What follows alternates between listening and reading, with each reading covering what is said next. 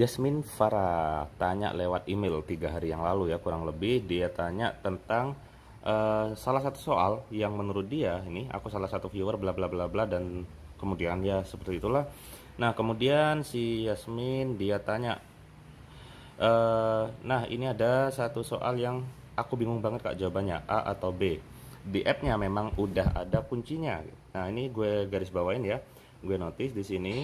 Nah ini ada satu soal yang bingung banget jawabannya A atau B. Di app memang ada sudah penjelasannya, tapi aku ragu kak. Soalnya di apps bimbel maupun buku kayak The King, Wangsit dan lain-lain tuh masih banyak banget kunci jawabannya yang sering keliru, dan kalau dicoba bandingin ke sumber lain tuh pasti jawabannya beda-beda semua. Wah ini nih yang bikin bingung kan. Gue nggak tahu ya buku-buku yang disebutkan oleh Yasmin apakah benar keliru atau enggak, karena gue nggak punya bukunya men. Oke, jadi gue nggak berasumsi itu salah atau benar gitu. Kemudian ini salah satu kendala yang juga dialami dalam belajar. Bingung harus berpatokan ke sumber yang mana. Oke, jadi kalau misalkan teman-teman nemuin buku dan berbagai sumber belajar dan terus ada penjelasannya juga, tapi mereka masih ragu, teman-teman masih ragu, terus cek dengan sumber lain, kuncinya beda men, itu pasti teman-teman bakal bingung. Nah, kalau misalkan teman-teman udah punya yang namanya konsep dalam belajar, oke, kenapa di ekonomi gue tekan ini nih, konsep. Teman-teman gak bakal bingung lagi, bisa nentuin mana kunci yang benar, mana kunci yang keliru, dan kemudian mana penjelasan yang benar-benar masuk gitu loh di pikiran teman-teman kalau udah sesuai dengan konsepnya. Seperti apakah soal yang dimaksud oleh si Yasmin Farah? Yuk kita cek soalnya berikut ini. Oke, ini soalnya men. Kita bisa ketahuin ya, soalnya di sini adalah produksi menghadapi situasi MR lebih besar daripada MC.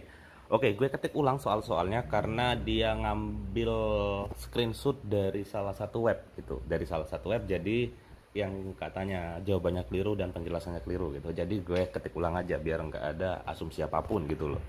Nah, kemudian ketika produksi menghadapi situasi MR lebih besar daripada MC, kayak kuncinya di sini, di MR lebih gede daripada MC, kuncinya produsen akan ngapain gitu.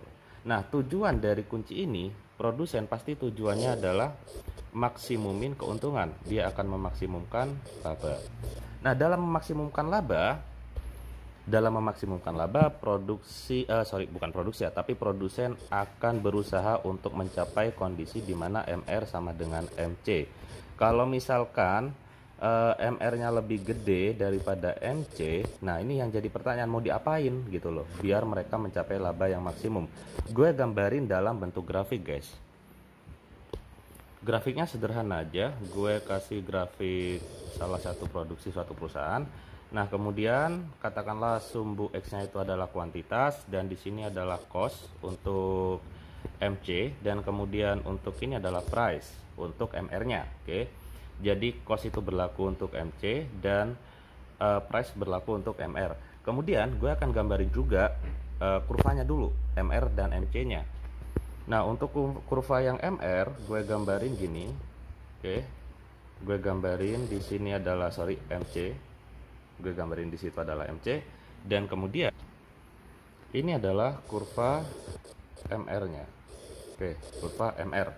Sedangkan dalam soal kondisinya adalah MR lebih gede daripada MC atau lebih besar daripada MC. Berarti berarti situasi yang dimaksud kondisinya adalah MR lebih gede daripada MC yang ada di sini. Oke, jadi secara otomatis MR-nya ada di titik ini dan kemudian MC-nya ada di titik ini. Nah, kondisi dua titik inilah yang kemudian disebut kondisi MR lebih gede daripada MC. Oke, gue kasih keterangan juga. Ntar gue rapiin. Oke, kondisi dari inilah yang disebut kondisi MR lebih besar daripada MC. Nih, panah ini. Kondisi dua titik ini, kondisi yang menunjukkan kondisi MR lebih gede daripada MC. Maka, misalkan gue tarik garis ke bawah. Nah, dia ada di titik Q ini. Oke, dia ada di titik Q ini. Kemudian tujuan mereka adalah ini, di titik ini. Nah, di sini gue kasih keterangan dia adalah laba yang maksimum. Laba yang maksimum tujuannya adalah di situ. Laba maksimum terjadi ketika MR sama dengan MC. MR sama dengan MC. Nah, berarti kalau misalkan tujuannya adalah ke sini, berarti mau nggak mau dia harus naikin Q-nya, kuantitinya. Berarti jawabannya adalah menaikkan quantity atau naikin kuantitas. Kalau misalkan diisinya MR lebih gede daripada MC, lebih lengkapnya nih, lebih lengkapnya ya gue tulisin, untuk mencapai laba yang maksimum, dengan kondisi yang seperti itu, maka MR harus sama dengan MC dengan syarat Q dinaikin atau produksi dinaikin dan P turun. Oke, P-nya diturunin kalau misalkan kondisinya MR lebih gede daripada MC. Nah, agar mencapai titik keseimbangan yang ini, maka P-nya itu harus diturunin, price-nya.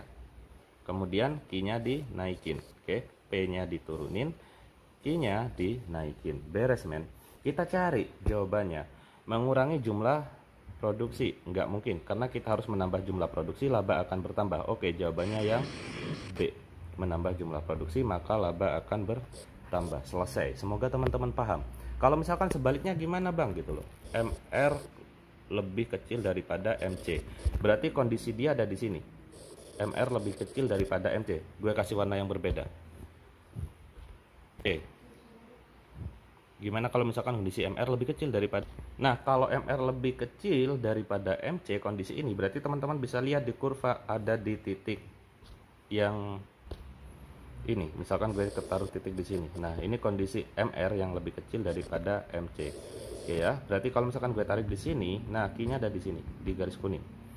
Maka Q-nya harus diturunin untuk mencapai, produksinya harus diturunkan untuk mencapai laba yang maksimum, sedangkan harga nanti juga bisa dinaikin. Oke, selesai, dan semoga teman-teman semua paham. Nggak kejebak-kejebak, soal ini sering keluar dan jarang banget yang bener. Bahkan gue juga pernah ngadepin ya, nggak cuman si Yasmin Farah, kalau misalkan dia bingung karena ada kunci yang salah, ada kunci yang beda dengan sumber-sumber belajar yang lain, mana yang jadi patokan. Gue juga sempat bingung dulu. Kemudian gue bikin konsep, oh seperti ini ternyata cara analisisnya, cara konsepnya, cara berpikirnya. So, saya harap hanya teman-teman subscriber ekonomi yang bisa bener di soal ini, sehingga skor kalau misalkan soal model kayak gini keluar itu tinggi banget. Oke, selamat belajar, sampai jumpa lagi di video-video yang berikutnya.